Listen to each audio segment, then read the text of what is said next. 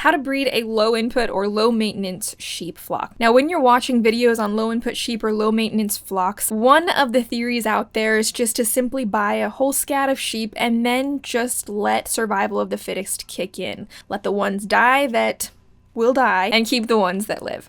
While this is a method of developing a flock that really doesn't require any more than you want to give it, I'm going to walk you through the record keeping system that I personally have employed over the last 5 years to cull and select for exactly what I want in a flock in a way that really minimizes that death loss and, for me personally, keeps my conscience clean in terms of being a good steward of animal life. Now, the context here is a flock size of anywhere from 6 to 100 sheep. I'm going to walk you through simple ear tagging guidelines, what kind of information I keep records on, and how I organize this information for the purpose of improving my flock year over year.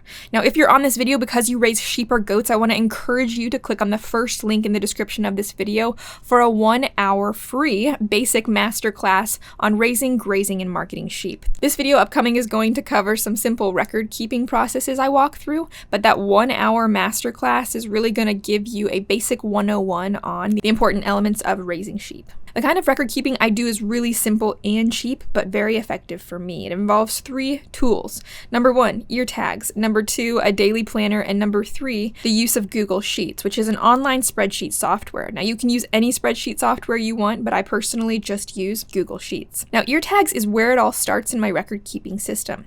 I tag lambs at weaning with a simple all-flex ear tag. And when it comes to numbering, I always number according to the year, then start with the number 1. So for example, if I have 70 lambs in the year 2025, I will prep 70 tags for weaning day, and the first tag will read 2501, and the last tag will read 2570. So 2501 and 2570. Again, 25 representing the year 2025, and then the numbers 1 to 70 representing each lamb.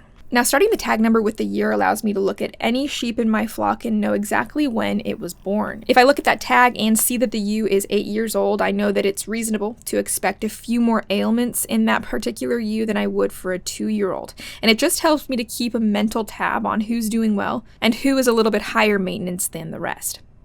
The second element of my record keeping system is my daily planner. And this is where I keep daily records on my flock. The things I track include birth, death, ailments like hooves, worms, limping, etc., and treatments or supplements of any type given to any specific sheep in my flock. I also record breeding details, including joining dates, which is when I put the ram in to begin breeding ewes for the season, and removal dates, which is when I remove that ram. And this helps me to know when the first lamb is going to arrive.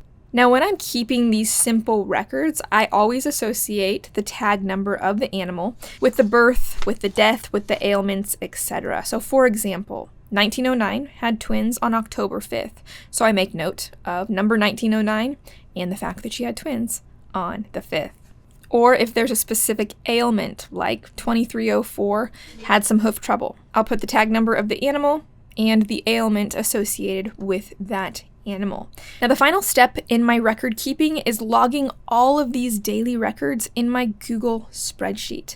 Now, I keep the daily records, as I said, in that daily planner, and I only update my Google spreadsheet once per month or maybe once per quarter. Now, Google Sheets makes it easy, and probably any spreadsheet software will offer this as well, because I can create a new tab for each sheep in my flock and input notes about them on a line-by-line basis within these tabs.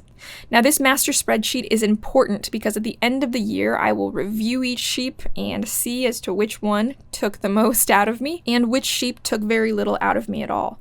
I'll also evaluate things like how productive they were, which ones twinned, which ones raised their lambs with no problem, etc. And at the end of the year, I will cull the bottom 10 to 20% of my flock, meaning the 10 to 20% of the flock that required the most maintenance. Maintenance including things like sheep that needed more deworming than others, sheep that needed more supplement than others, sheep that may have had hoof problems, and so forth. And using this Google spreadsheet and the tabs for each member of my flock, I'm able to drag the top performers to the front, and the bottom 20% just naturally presents itself. Now, if you're curious about the costs associated with raising sheep, watch this video next for the 15 costs associated with raising sheep.